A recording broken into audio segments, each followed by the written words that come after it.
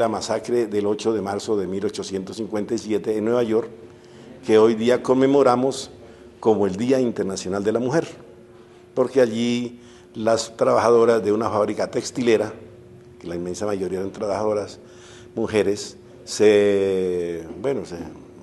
hicieron algunas peticiones y al no ser atendidas finalmente entraron como en una especie de cese de actividades y los empresarios las encerraron en la fábrica, cerraron y luego le prendieron fuego y murieron calcinadas dentro de la fábrica. Eso quedó oculto durante mucho tiempo, pero finalmente lo lograron rescatar y esa memoria es la que hoy honramos el 8 de marzo de todos los años. Luego vino pues el trabajo, vale la redundancia, de los caballeros del trabajo, alguna orden que fundaron en Estados Unidos, en Chicago, Nueva York, Detroit, y era que tenían que luchar por el horario de trabajo de 8 horas, o sea que las 24 horas se dividían en 3 y su teoría, que aún subsiste, es de que 8 horas sean de trabajo, 8 de entretenimiento y compartimiento familiar, o para compartir con la familia, y 8 horas de descanso.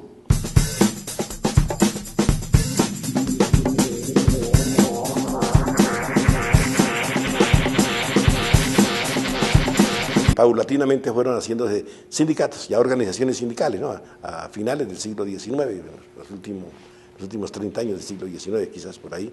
Entonces, la cuestión llegó y ya después empezó a hacer unas organizaciones que tenían por lo menos, si no de pronto la bendición del Estado, sí eran toleradas, ¿no? Con alguna precaución.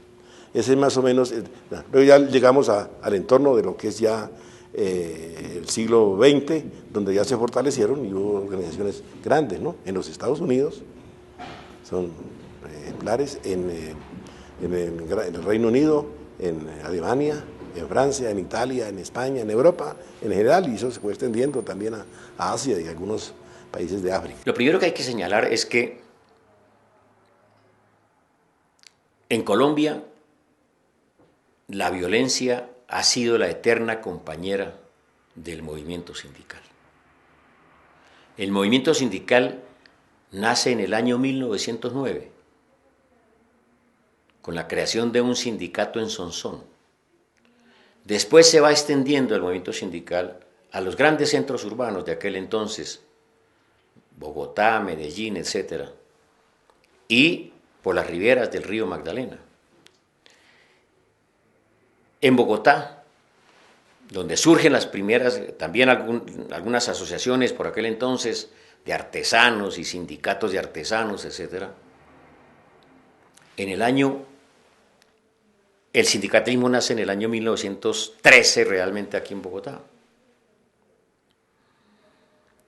Y en el año 1919, el gobierno de Marco Fidel Suárez se le ocurre que para conmemorar el primer centenario de la independencia de Colombia, había que uniformar elegantemente las Fuerzas Armadas y decide importar desde los Estados Unidos los uniformes para la policía y el ejército.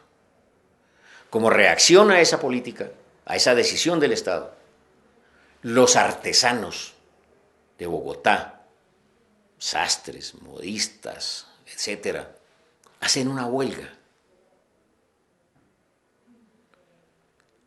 y marchan a la Plaza de Bolívar. Y ese día el movimiento sindical recibe su primer baño de sangre. 200 heridos, 300 detenidos.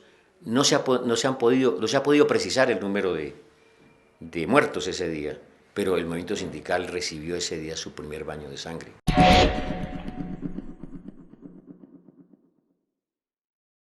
Nosotros podríamos hablar de el surgimiento del movimiento sindical en la primera década del siglo anterior. Es cierto que antes existieron algunas organizaciones, pero su trascendencia muy limitada, muy local, y por eso ubicaríamos la primera fase del siglo anterior.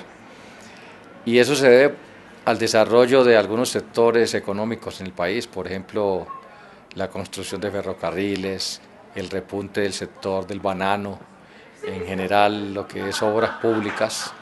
Nosotros por los años de 1905 en adelante tuvimos un repunte económico que va generando las condiciones para que los trabajadores se encuentren, se organicen, y ya en la década de 1920 comienzan a organizarse, incluso se crea la primera central sindical. Desde allí hacia acá hay un repunte del movimiento y que se tomaría, digamos, la primera parte del siglo, hasta 1950. Ya allí tenemos dos centrales obreras, la CTC y la UTC, y tenemos muchos sindicatos en todo el país y en todos los sectores de la economía. Así es que esa sería como una primera parte. La segunda parte viene de 1950 y la podríamos ubicar hasta 1990. Es un periodo de auge, de mucha actividad, por ejemplo, en el sector estatal, en el sector fabril, en lo que significa el campo, aunque no hay organizaciones sindicales propiamente, sino organizaciones campesinas. Hay mucho movimiento, mucha actividad por la tierra. Allí hay una consolidación del movimiento sindical que entraría en una fase de declive en 1990. ¿Por qué? Porque hay unos procesos de privatización de lo público, hay el debilitamiento de todo lo que es el sector estatal, hay fenómenos de cambio en el modelo de articulación de la industria nacional con las multinacionales. Lo fundamental del sindicalismo es la construcción de la democracia, la participación directa de los trabajadores y de las trabajadoras en las organizaciones, en las empresas y en la misma sociedad, ¿sí? No puede haber un obrero, una obrera que se aísle de opinar, de participar, de confrontar en el campo político y estructural de este país.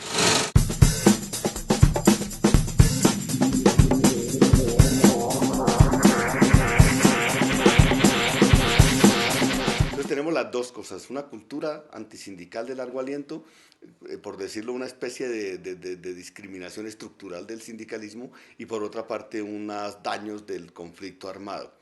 Estos daños son de diversa naturaleza. Obviamente hay daños colectivos. Daño colectivo es cuando se destruye un sindicato porque se asesinó a sus dirigentes, cuando se han allanado sus sedes ilegalmente, cuando han sido agredidos muchas veces con incluso bombas en sedes sindicales. Hemos visto muchas agresiones contra las organizaciones, estigmatizaciones, discursos estigmatizantes que pretenden atribuir al sindicalismo la violencia, cuando es la violencia la que ha agredido al sindicalismo. Hay distintos tipos de prácticas de agresión colectiva, pero obviamente también hay daños individuales. Hay asesinatos, hay desapariciones, hay persecuciones, amenazas de muy diverso tipo a las personas.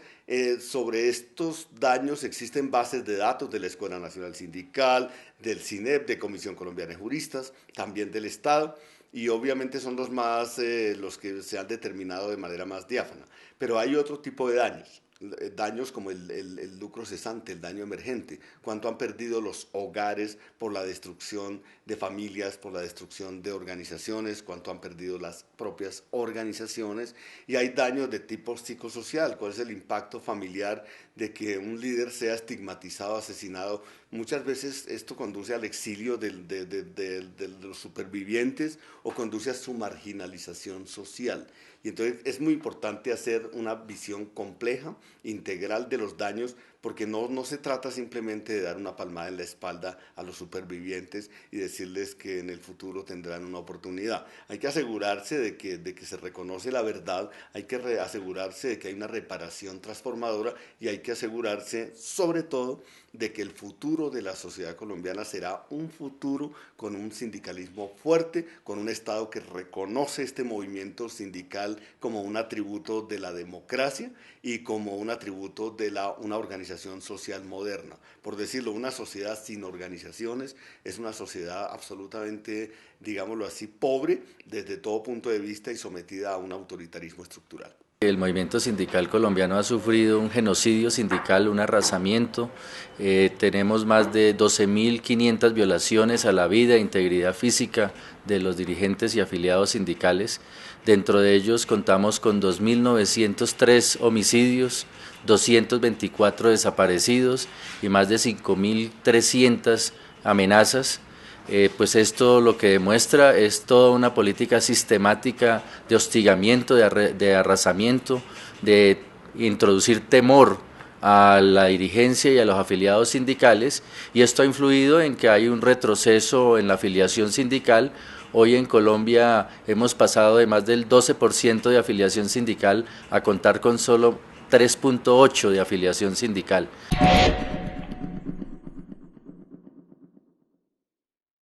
Un dirigente sindical o un dirigente social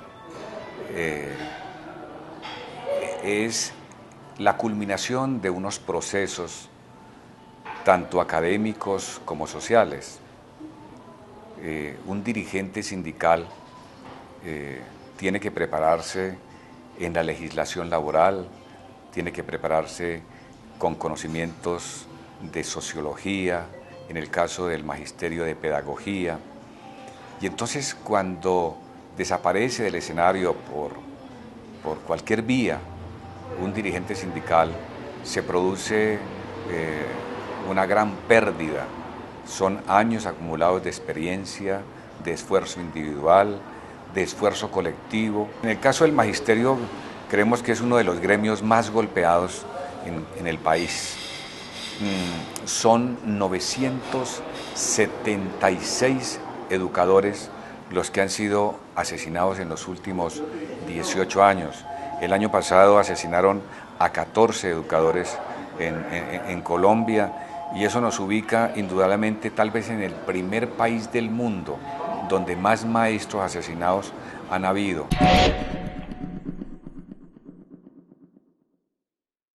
Dentro de la sociedad, una sociedad democrática, de Estado social de derecho como la de Colombia, se establece que el movimiento sindical es un movimiento social en donde sus principios y su actuar es para la distribución de la riqueza de un país. Entonces, al no tener una representación importante dentro de la sociedad, hace que esa distribución de riqueza no sea la mejor y salga como consecuencia que este país es uno de los más inequitativos del mundo. ¡Viva la justa lucha del pueblo por el derecho a la salud! ¡Por la salud del pueblo! Presente. Es bien importante entender la dimensión histórica del daño causado a las víctimas de violencia antisindical, entendiendo esta como un contexto sistemático y masivo de atacar mediante la vulneración de graves violaciones a derechos humanos de miembros del sindicalismo en Colombia, atacar el propio movimiento sindical. Entonces, el daño causado no solamente tiene una dimensión puramente material, económica o desde la perspectiva del daño personal que se le produce a los individuos victimizados, sino que también tiene una connotación histórica. Y es un daño que genera una incertidumbre sobre realmente los contenidos que tiene la democracia en Colombia. Y eso tiene que ver en principio porque cuando desaparecen a un individuo que ejerce actividades sindicales, cuando éste es asesinado, quien lo hace está lanzando un mensaje político radical a la sociedad y a la comunidad política, y está afirmando que esa persona sobra o está de más para la sociedad en la que el victimario cree.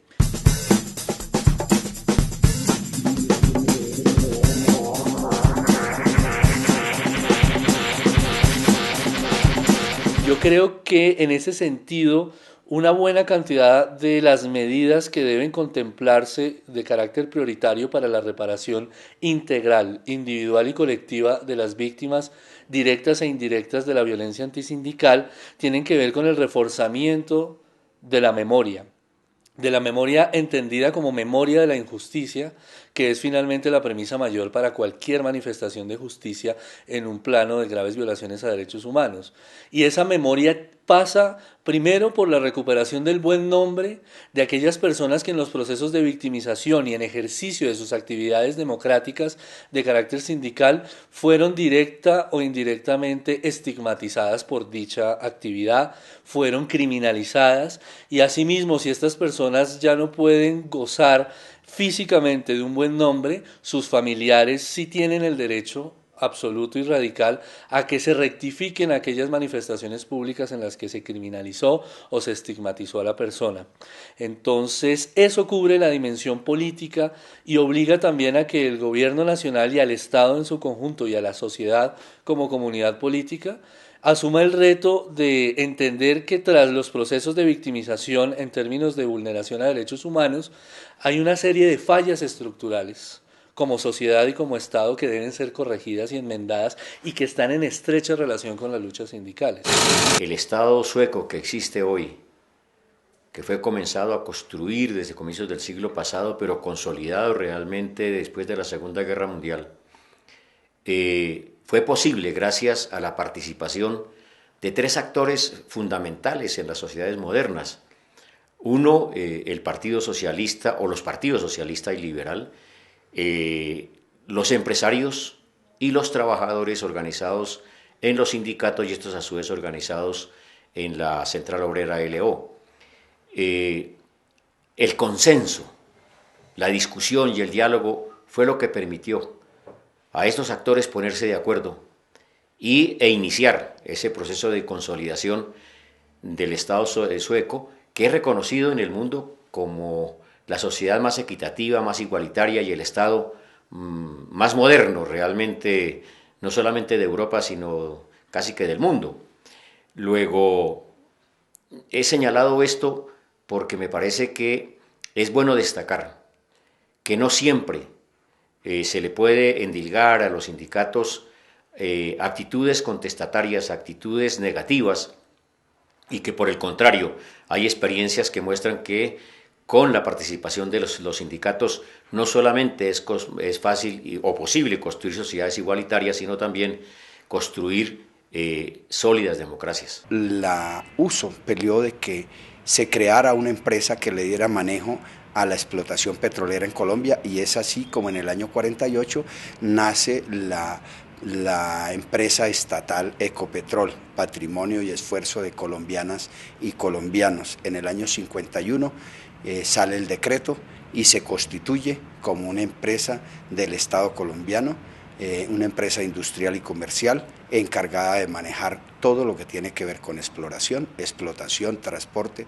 refinación, comercialización, distribución y demás derivados de los hidrocarburos, el proceso de los derivados de los hidrocarburos. Esta misión que le fue delegada a Ecopetrol la desarrolla hasta el momento de la privatización, que se da por los años del 2003, arranca la propuesta de privatización de la empresa Ecopetrol, que hoy es un grupo empresarial. Desafortunadamente, la empresa estatal Ecopetrol hoy ya no es un patrimonio nacional, una empresa nacional, sino que forma parte de un grupo empresarial privado que se encarga de la explotación de los hidrocarburos. Luego, aquí no ha habido respeto por este espacio democrático.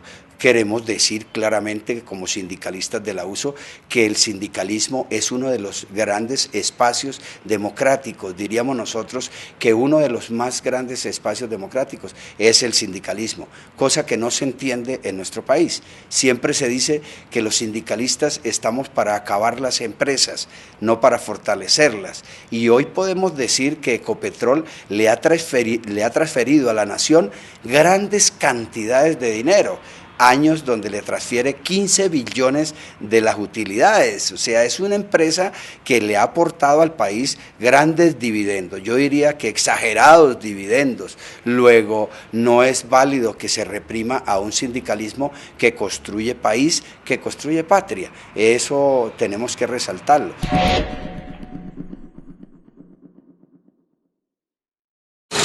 Hombre, el logro de la lucha sindical es la defensa de los derechos fundamentales, la defensa de una vida digna.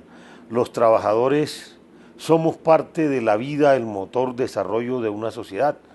El sindicalismo participó en el logro de la Constitución Política del 91. El sindicalismo tiene que participar y está participando en la salida política al conflicto interno. El sindicalismo participa en la transformación de la sociedad. El sindicalismo es el motor del desarrollo, el trabajo, la productividad. Entonces, hay que rescatar y colocar en primer plano que el sindicalismo es un eje central dentro de la sociedad.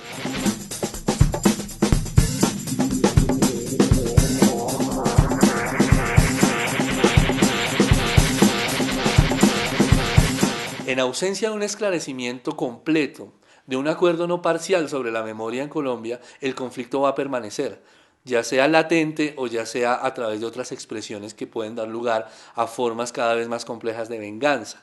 Por eso es que el tema de la justicia transicional es tan complejo en las experiencias internacionales. Por ejemplo, Manuel Reyes Mate plantea que en España no hubo una auténtica justicia transicional porque no hubo memoria, lo que hubo fue perdón amnésico. Entonces yo creo que uno de los retos de la ley 1448 y creo yo de futuros acuerdos de paz en Colombia es construir instancias participativas, democráticas, descentralizadas e independientes para esclarecer los verdaderos responsables de los procesos de victimización en Colombia. De lo contrario, ellos seguirán actuando en la sombra, actuando como sujetos grises u opacos y podrán seguir generando nuevos cuadros de violencia cada vez más complejos, cada vez más supersticios, y realmente la paz en Colombia estaría en entredicho, y por tanto los retos a los que se enfrenta una ley como la 1448 devendrían en un fracaso radical.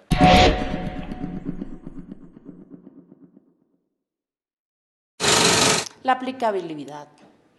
Necesitamos que la ley se aplique en la totalidad para ejercer libremente el ejercicio que tiene que ver con la organización sindical. Es decir, que no corramos ningún riesgo de señalamiento, que no corramos riesgo por parte incluso de los mismos empresarios, en el sentido de que se pueda organizar con libertad a los trabajadores y sobre todo el trabajador como tal que pueda afiliarse a una organización sindical. Eso es un riesgo que corremos, ¿no? Y otro en el sentido que tenemos es la violencia. Creo que hay que hacer un trabajo con la misma población porque le han vendido al pueblo colombiano lo nocivo que es ser sindicalista o el movimiento sindical. Yo pienso que si una de las garantías que el Estado nos pudiera brindar, si es cierto, como dice y se ufana en los medios de comunicación que ellos defienden al sindicalismo, que sacan sus campañas solamente para cumplir con unos protocolos de los acuerdos de la OIT, de acuerdos internacionales, para demostrarle al mundo entero que ellos apoyan el sindicato, pero eso es de dientes para afuera. A nosotros no nos tienen en cuenta en este país para tomar ninguna decisión, ni siquiera las que afectan a los trabajadores. Que este movimiento sindical necesita pasar por un proceso de reconocimiento nuevamente de su autonomía sindical. El movimiento sindical tiene que ser autónomo del Estado, de los partidos, sean ellos de derecha o de izquierda. El Tratado de Libre Comercio desconoce, el TLC desconoce los derechos humanos y desconoce los derechos laborales. Entonces, desde ese punto de vista es inhumano esa explotación. Entonces, lo público bien enfocado, sin corrupción y con una visión de avanzada y con una visión humanista es muy importante para el país. El sindicalismo ha logrado muchas cosas para el país, pero también la idea de afianzar una perspectiva de trabajo digno. Ese es uno de los debates fuertes hoy, es decir, el trabajo dignifica, el trabajo permite que las personas, los hogares se construyan como sociedad. El trabajo es muy importante, no basta dar un subsidio a las personas, hay que asegurar un trabajo, pero un trabajo digno, porque cualquier trabajo no sirve. A veces, por ejemplo, los dirigentes gremiales dicen hay que acabar el salario mínimo. Recuerdo la presidenta del Fondo Monetario Internacional diciendo que hay que acabar los salarios mínimos cuando es una señora que se gana más de 1.000 millones de pesos al año. Es una vergüenza.